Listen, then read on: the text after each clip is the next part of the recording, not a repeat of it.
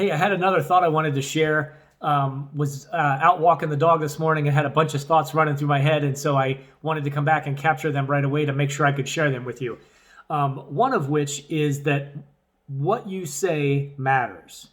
That includes, even if nobody else hears it, what you say in your head really does dictate how you see yourself and your place in the world and where you're headed.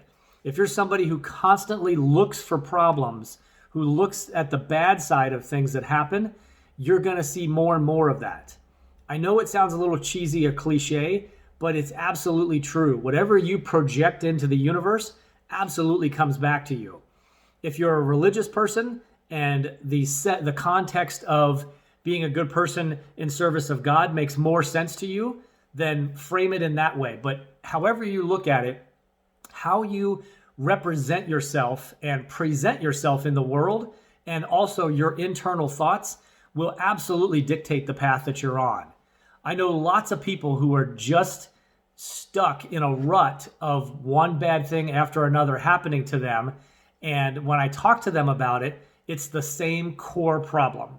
And that problem is, well, things like this always happen to me, or I always screw up when I have a big opportunity, or I never really get what I want. I always have to settle for something else. Those types of phrases are reinforcing the problems that you're experiencing. Now, it's easier said than done to say, just change the way you think. But you can absolutely do it, because I've done it.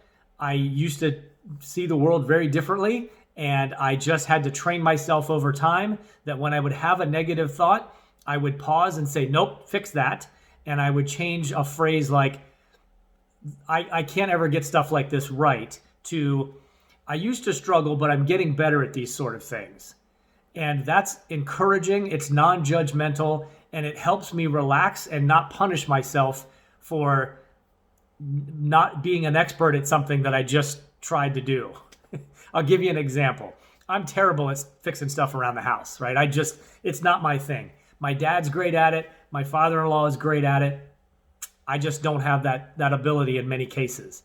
It's frustrating for me, but it is what it is. Neither one of them do public speaking. Neither one of them played pro racquetball, et cetera, right? We all have our skills, things that we're good at and things that we're not so good at. So I have to remind myself in that particular area not to beat myself up over the fact that I can't retile my bathroom without completely screwing it up. It's just not in the cards for me. But again, that doesn't make me lesser of a person or make me an idiot or anything like that.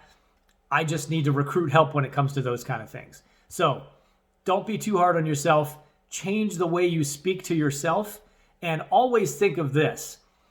If you wouldn't allow somebody to speak to you the way you speak to yourself, why would you ever speak to yourself that way? You definitely need to keep that in mind. If you had a teleprompter on your chest and people could read your internal dialogue, how embarrassed would you be about berating yourself over some things that are just trivial, that just really don't matter? Keep that in mind, and every time you say something that is negative, catch yourself, pause, and say the opposite. Put a positive spin on it, like the example that I gave. Give yourself a break, and slowly but surely that pattern will change, and before long, that negativity will be a thing of the past. Trust me, your life will be much, much better for it if you stick to that exercise. I promise. As always, if there's something I can help with, please reach out to me through my website at darrenchatter.com, or maybe on my LinkedIn profile at Darren Chatter. And I am happy to help. Shoot me questions, anything that there's that you want to talk about. Reach out. I'd love to chat, see what we can do to help. And as always, I wish you luck in your endeavors. Thanks.